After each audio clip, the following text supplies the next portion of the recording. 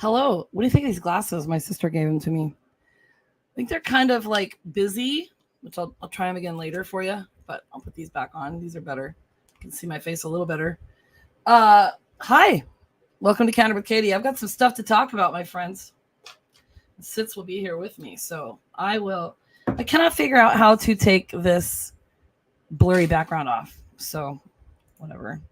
I'm going to roll the intro and then we'll be right back. See you soon.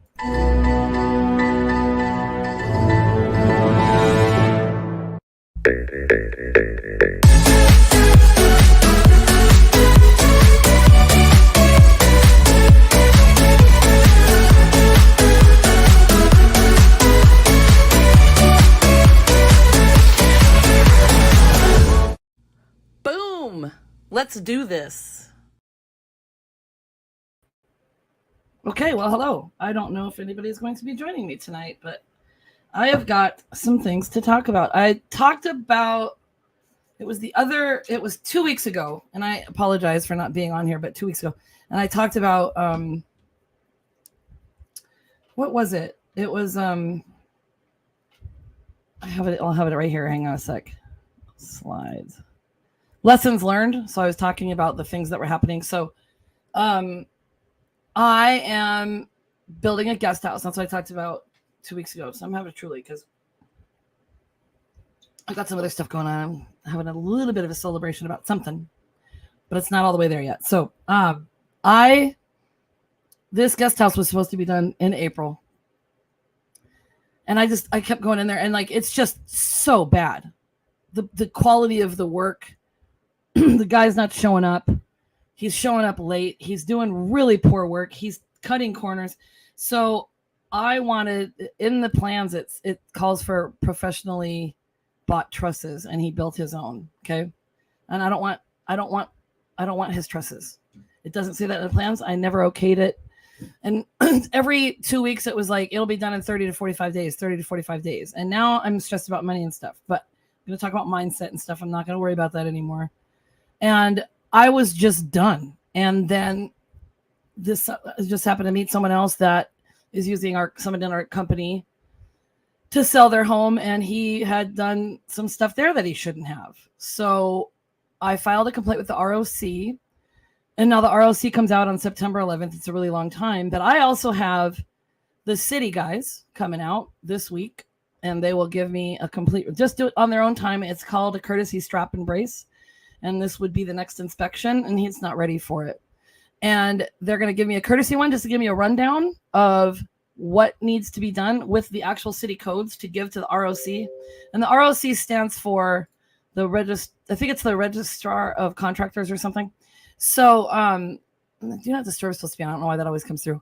So anyway, this has been really stressful, like extremely stressful and emotional. And I feel I've been completely taken advantage of, and I am just devastated. And this was supposed to be done in April, and I've lost $15,000 to $20,000 in revenue from being able to rent it out. Now let's just say you wouldn't rent it out every night. It's still at least 10,000. I mean, this is ridiculous. So I could have had rented it out before my parents got back. It's for my parents because, they're older and,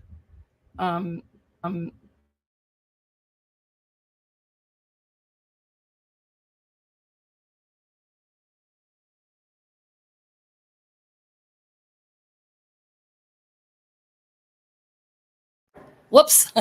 Sorry. Tell me my mic's working. Tell me my mic's working. I don't know who's watching. I was trying to turn it so you could see Sasquatch better. We'll see his little buns. Okay, I'm gonna have to check this. Will you tell me if it's working, somebody? Like I said, I don't know who's on here.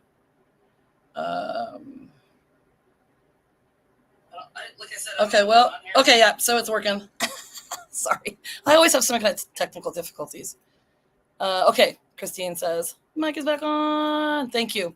Okay, so I'll have pictures and stuff later, and I'll share more later as I get through stuff, but this has just been awful. And then I felt like, and this is like my dilemma sometimes, I'm like, oh, first world problems. Woe is me. My guest house isn't built. Wow. But, you know, when you save for something and it's really important and it's something that could enhance your parents' lives, it's a big deal. My house is too small. And like, it would just be amazing. Dad knows how to get around here. Of course, there might be something, you know, that we can figure out. But so I don't know how that's going to happen. And the problem is that the guy keeps lying to me and he keeps telling me he'll show up. And so I'm going to talk about some things now, and then we will go from there. And I'm going to share some of your Facebook comments. So this is a second chance debate. What to do when you feel taken advantage of? Because that's, you know, the second part. So I got my information from these places. And, Torsten says, I saw the home inspector today and said it was the worst he's ever seen. Okay, yeah. Isn't that something? Now, Torsten is a guy I'm going to talk about that's been hired as my project manager, and he's been kicking ass, and he's doing great keeping this other person in line, which I'm not going to mention names, not now, maybe later. Okay, so here's the thing people always say. People make mistakes. We're only human. Every single person on this planet makes mistakes. Oh, that's true. I make plenty of them. Sometimes people act without thinking of others and without seeing right and wrong. I'm not trying to defend or make excuses for anyone. Try to put yourself in their shoes before making a conclusion. So here's my problem with that. I can put myself in someone else's shoes, but if I put myself in this person's shoes, this guy's shoes, I would be embarrassed at the quality of work that's been done and the lack of care for anything. Didn't listen to my concerns. My backyard has been in shambles since February, and I've asked him since February repeatedly, just get it back together. Just get it back together. One of my trees died. He said he would water it when I was in. That's not his responsibility. Okay, that's not that part. But I don't believe anything now. Unfortunately, I've lost complete faith in this person, and it's not good. And so, yes, I can put myself in other people's shoes, but we also have to be reasonable, right? So, and then these are other people's comments. So I'm just gonna kind of run through them and talk to you about them about. Okay. So, like, can you forgive someone emotionally? Should you? Have you adequately expressed yourself and or your concerns? Do you have to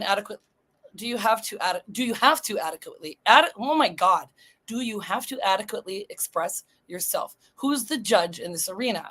What are your comments? What do you think? Okay, because I give second chances. I feel like I'm perceived as weak. So I think people deserve a second chance. You use the first chance as a warning.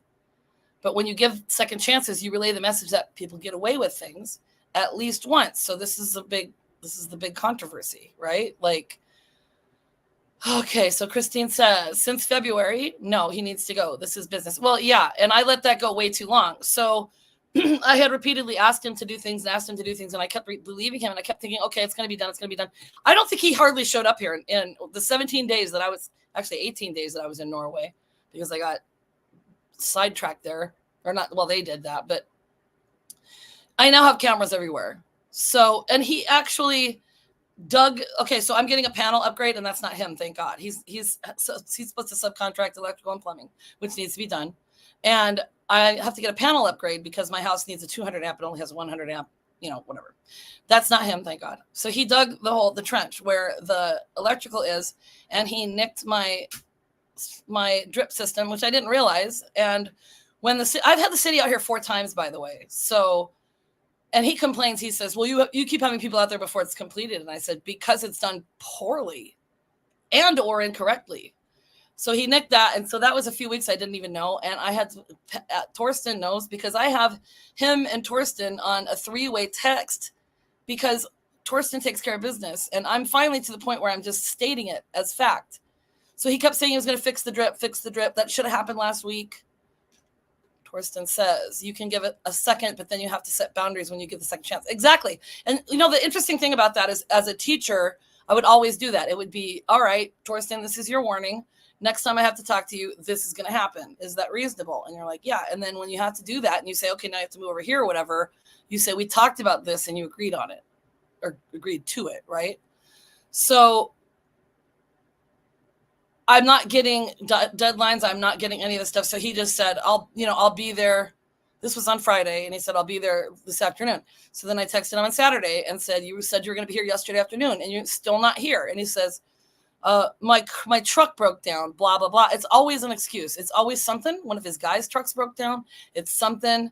And then hours later, he sends a picture and says, this is my situation. I'm like, I don't care. I don't need your excuses. Like, enough is enough. So let's keep going here. Okay, so this is like a Redditor. I had to make a 3-point rule for myself. Once is a mistake. Talk, state your concern politely and with respect as it may have been a mistake. Communicate. Twice, state you cannot accept this ever again. Be certain they understand your point. Listen to any explanation they may have. Third time, walk away forever without a word. Always be polite and courteous with a smile if you see them, but they can never have trust or respect again. Exactly. Once is a mistake.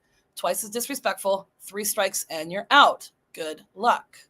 So okay, so Denise is something here.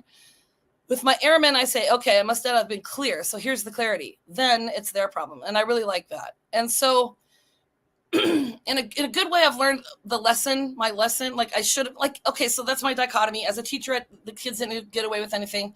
I had that composure and all that stuff. And we had a nice, mutual, respectful relationship. But this guy hasn't listened to my concerns, my stress, my anxiety, nothing. And I have been so full of anxiety. I've been so emotional. I have cried so much over this, and this is awful. Okay, so I'll be getting back on social media and stuff like that because I really love it as for connecting. Like I make new friends all the time. I went up to Prescott a few weeks ago with my sister because we were going over some. We're just doing some stuff. We were doing some biz stuff, and we went to this Bill's Pizza place, and my friend's there, and walked in, and he's like, "Hey," and like we only met once when I was there to show homes. I was having pizza and a beer, and then we just, said hi and connected, and then we see each other. So I love keeping up with people. So like this stuff is really important to me too. So I'm sorry I've been unavailable, but I'm going to be available now. And here's the deal. Sometimes these things happen and it makes you take a stand, and I'm not taking the shit anymore. I'm just not. Enough is enough. Okay. Denise says, my problem is I struggle with confrontation and this would intimidate me. Yeah. And it is. And Denise, that's a good point. Cause I always say my dichotomy is that I am a take no prisoners. I'm not, I'm going to speak how it is person. I'm also the person who just doesn't say anything and like kind of takes the abuse or whatever it is. So it's a very, I'm to the point now. I've got some other news for you too. So I'm just get ready because you're going to start hearing a lot about this. And like I said, I won't call out the name now, but I will when we're all done. I will, because it's not okay. It's just not.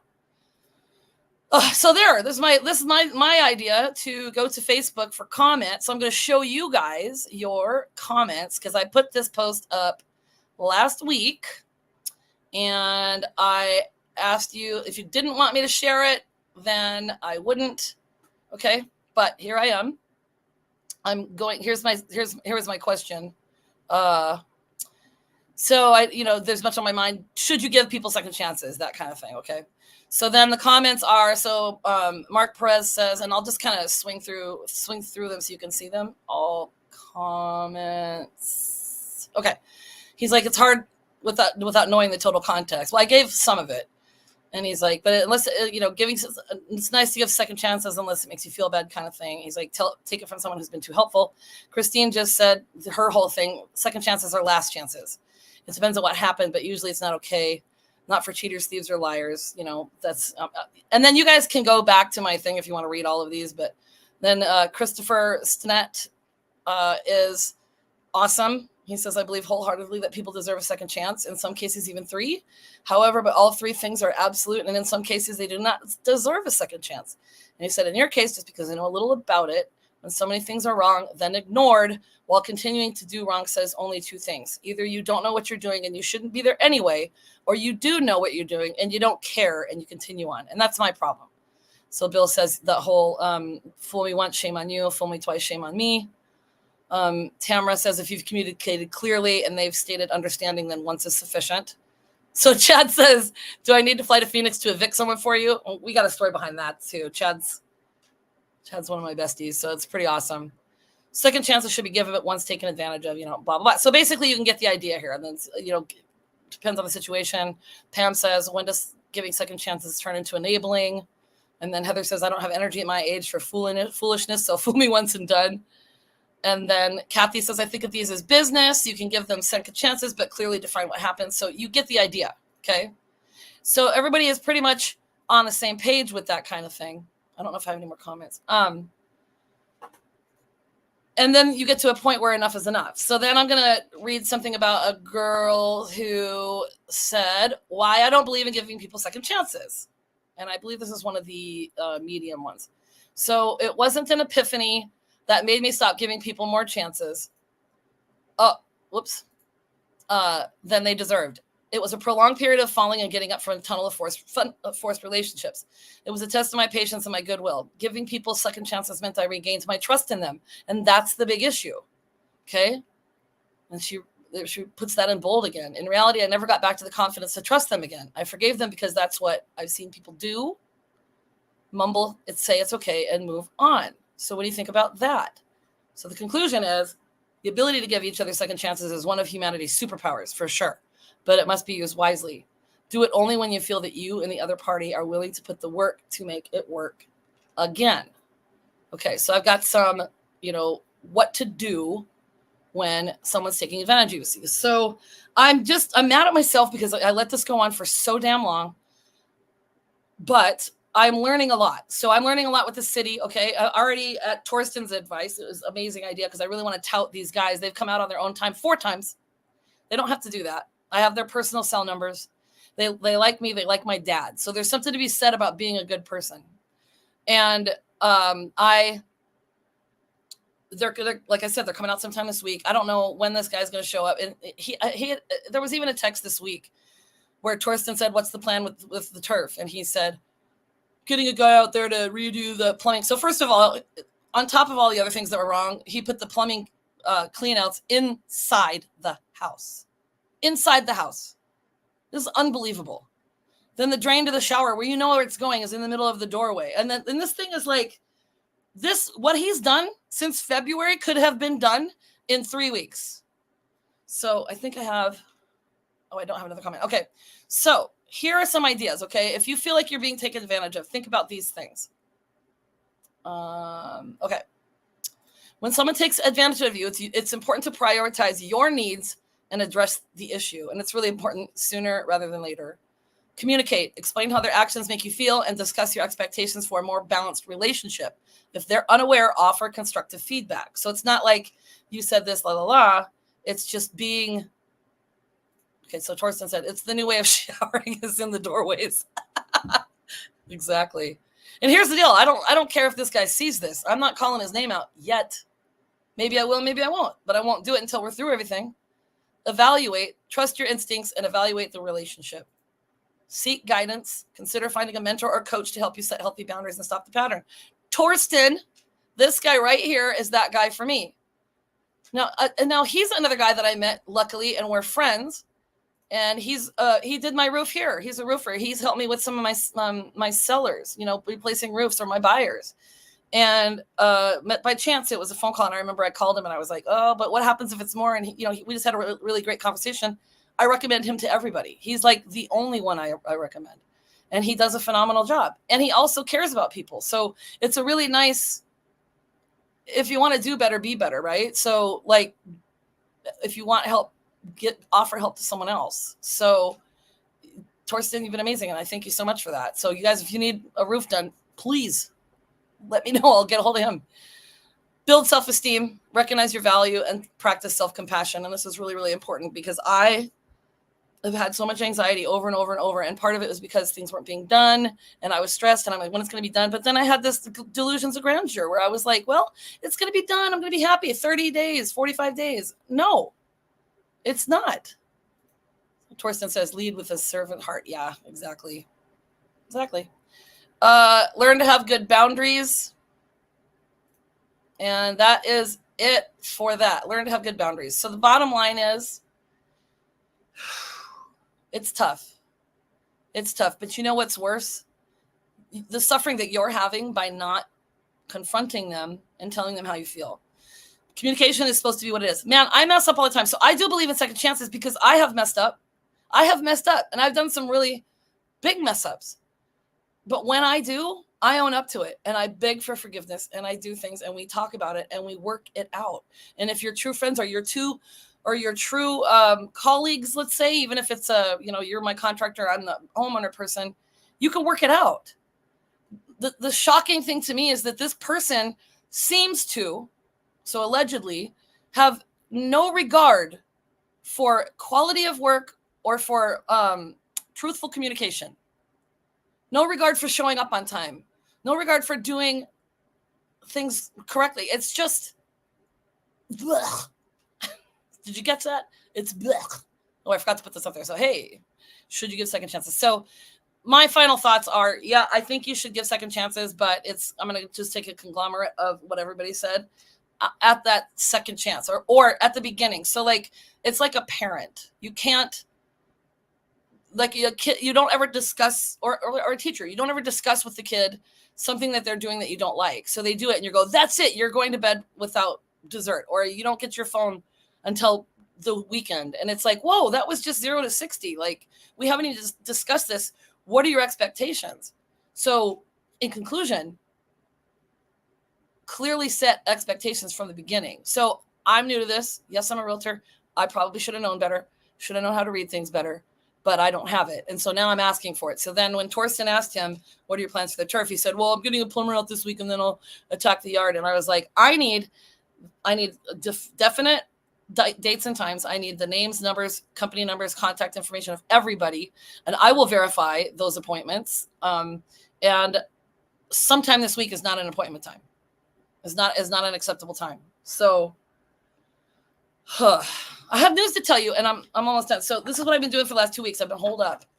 So I decided, I talked with my lender and we I'm gonna get my lender's license if I can pass the test. So like, I'll see all these papers in here. I've been studying for 2 weeks. And I finished the class. It's a 20-hour class and a 4-hour Arizona class. And so I passed the test today. So yay. And so now I'm going to study like the Dickens to pass the test. So then it actually will just aid to my job as a realtor and vice versa. And there's so many things I'm like, wow, this is so cool. It's so cool to know. I will be able to really counsel people on stuff. And if I'm not selling a house, I can do some loans. So I debated on telling you because, well, I don't want to fail. And I'm going to be embarrassed if I do. Because it's different than the real estate test. You can take the real estate test like as much as you want. Okay, I've got a comment. Denise says, wow. I hope you're impressed that I did that because it was hard. I mean, I literally, some of these days, 10 hours a day. So I haven't studied like this since the real estate test and then since college. But I can do anything. I can do anything if I decide to put my mind to it, and so can you. And so I'm deciding that with this. This is what I'm going to do because it's going to help me with this crazy real estate market, and I'm just going to be more of an asset to everybody. I am not going to take this lying down from this contractor or anybody else. So I've had relationships where I have been the weaker person and I've let people walk all over me, and I haven't had a relationship in a long time because of that. And I do feel I'm an independent, confident person, but I also, I don't know, a lot of trauma or a lot of fears. But I sure will tell you this, that if I do start seeing someone or something, I'll be able to express myself a hell of a lot better. Same with this house situation. Same with friends. Same with anything. Okay? And when someone communicates with you, you should not automatically be on the defense. Listen to what they're saying and have a communication, have a conversation and grow and be healthy and feel good, because there's too much of the other stuff out there. So I feel pretty cool. I'm going to say that I did pass that test. It was 2 weeks. It was 14 days. I didn't realize that I had to finish it. And I have so many notes and stuff. And I mean, I've studied from 6:30 a.m. to 9 this morning and then more this afternoon. And I finished the test right before this. So tell me I can do it. Okay. And if I can't, I'll let you know but see, I feel like by telling you, I'm going to try even harder. So, thanks for sticking with me, guys. I really appreciate it. Thanks for, like, I just haven't been as active, and you guys you're just fantastic. And so I'm very thankful. I'm very thankful for you guys. I'm very thankful for this platform to be able to talk. So I hope that some of this has helped you, even if it's a different situation or if you're dealing with the boss. Like, and that's the other thing. We could talk about that another time. If you have a boss that's not respecting you, not respecting, it's taking advantage of you, which is the same thing. But people throw that disrespect word around a lot. But and there's a whole big thing, and this comes with confidence too, which is a big thing I'm focusing on. So. Guys, you're swell. You know what Sid Squatch always says? He says, the journey begins with you. So be good to yourself. And me? That's me. That's me right there. I love you. And I'll see you next week. I'm gonna get myself back on the horse. Okay? Have a great night.